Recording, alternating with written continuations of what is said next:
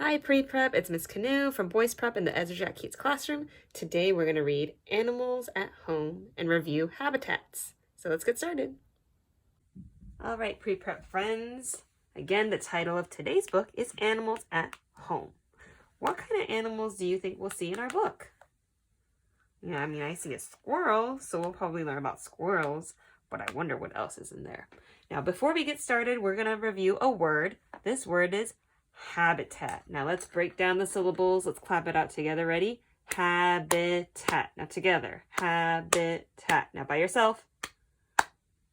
Good. Habitat. Habitat is a place where a living thing lives. So a living thing like a person, a plant, or an animal like a bird. Where they live, like a person might live in a house, plants live outside, a bird might live in a tree.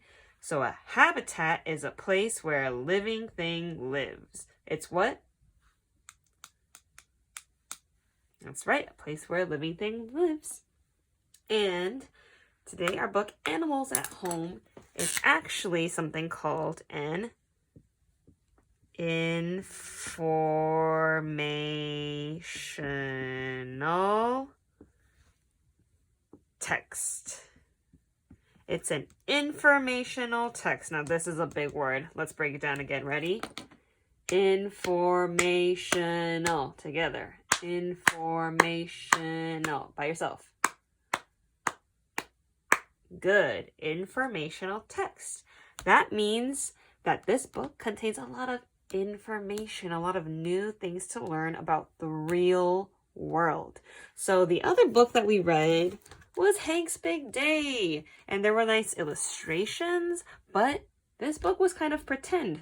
A pretend book, storybook, is called fiction, and today's book is a non-fiction informational text.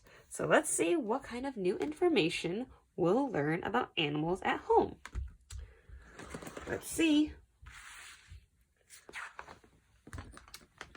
All right.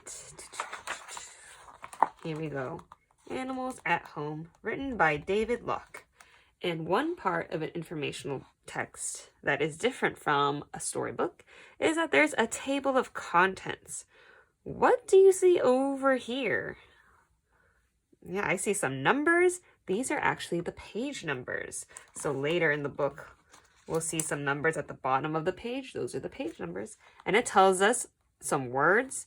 So it tells us on page 4, home. So page 4, we'll learn about homes. Let's see. If I go down, page 28, you'll learn about tree homes. All right, so let's get started. So we can always look at the table of contents if there's something specific that we want to learn about, like shells, cocoons, spiderwebs, beehives, and go to that page just to read that information. Okay, but let's get started on page 4 right here. What is your home like? What is your home like? Is it cozy and dry? Animal homes are all shapes and sizes.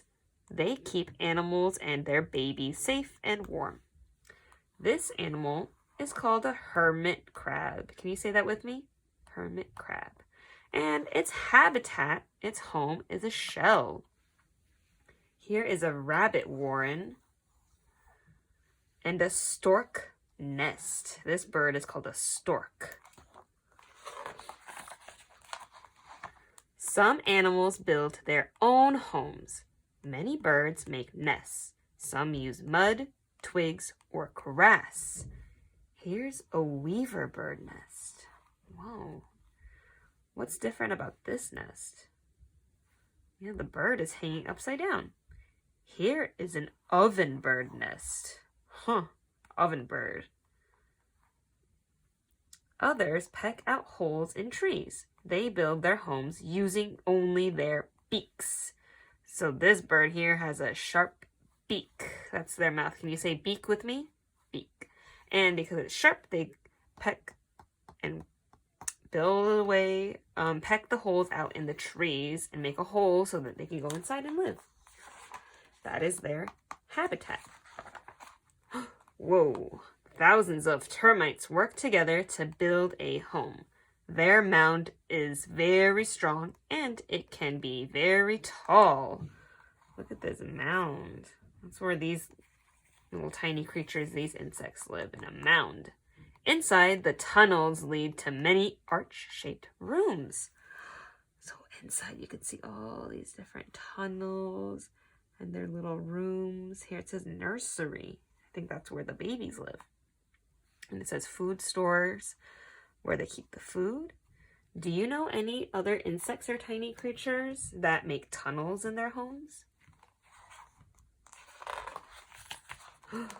Paper wasps collect wood and chew it into a pulp. The wasps then use this pulp to make their nest.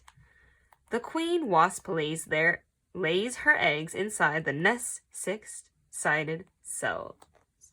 So inside the wasp nest are six-sided, that's called a hexagon. Do you know any other insects that make a big nest like this? It kind of reminds me of a beehive. Wasps kind of look a little bit like bees because they're black and yellow. Ooh, some animals burrow under the ground. Can you say that word with me? Burrow. That means they dig down into the ground. And it looks like here they make tunnels too, but they make a little burrow. Moles dig their tunnels using their sharp front claws. You can see them right here. They push the soil away, making hills above the ground. They eat the worms and insects that fall into their tunnels.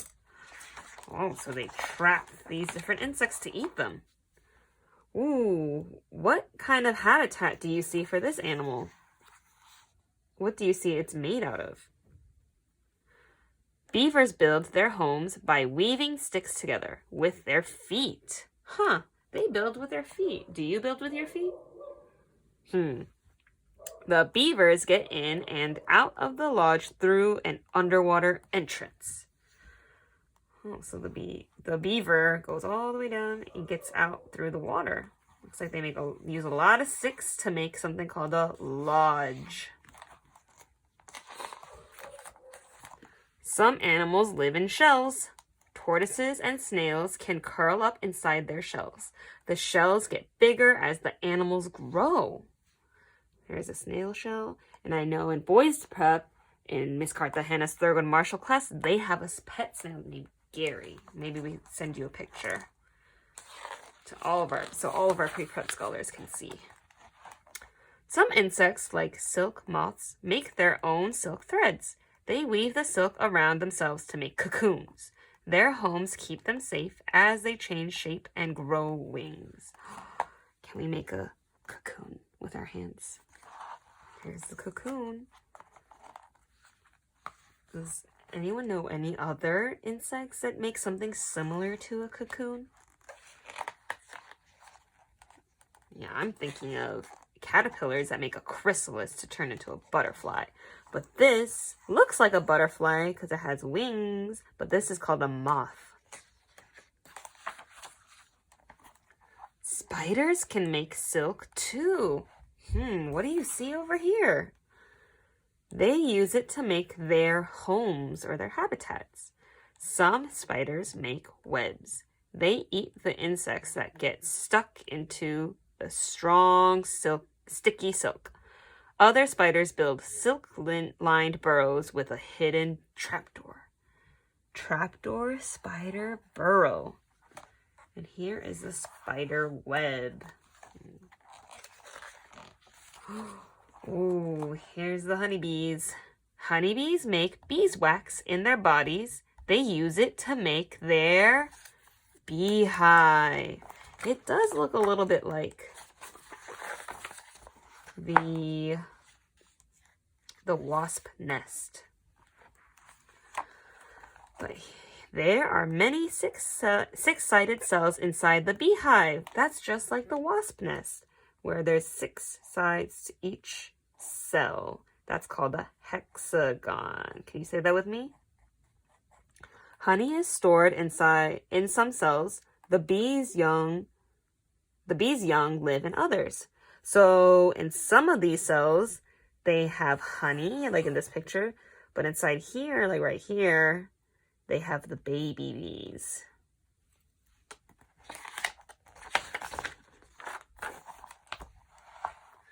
Piles of leaves, rotting logs, and compost heaps may not seem like a good places to make a home. But here we have a hedgehog, a beetle, ant, toad. But many small animals feed and live in these warm, damp places. Starfish, crabs, and some small fish make their homes in tide pools, not tide pods, tide pools, right here. And I guess the tide pools would be over here. They live in the water that collects between the rocks and the seashore. So from the sea, where it meets with the land and the rocks, there are these little pockets of water. That's called a tide pool. Shellfish and anemone cling to the rocks. Can you say that word? Cling. Cling is when it attaches really, really tightly. So we see that starfish, this anemone that's really attached. It's clinging to the tide pool. And I see a crab over here. So that's their habitat. Trees are homes for many animals. Birds make nests in the branches. Squirrels build homes called drays in the tree trunk. Here's a little picture of a dray. Insects live in the bark or on the leaves. Badgers build burrows called setts among the roots. Oh, so this badger's habitat is in the soil where the roots are of the trees. We are not the only ones who live in our dry, cozy houses. Bats may sleep in the attic. Tiny bugs live in the carpets and the furniture. We all want a warm home with food nearby. Have you guys seen any of these creatures in your homes? I know sometimes I do see insects, and I don't really like to see them, but then I just try to clean up my extra food that I laid out so I don't see any bugs. And here in our informational text, remember our informational text where we can learn new things. In the back of the book is also something called a glossary. And it tells you new words like cocoon, dray, lodge, shell, web. And I want you to think about what is something new that you didn't know before that you learned in this book, Animals at Home. And once you can think about something new you learned, I want you to try and draw a picture about it and try to write some words. I'm trying to think, what is something new that I learned? I actually learned something new here with the rabbit warren. I didn't know that this was called a warren. I just thought it was a burrow or a hole, but I guess a rabbit's habitat or home is called a warren. So that's something new I learned.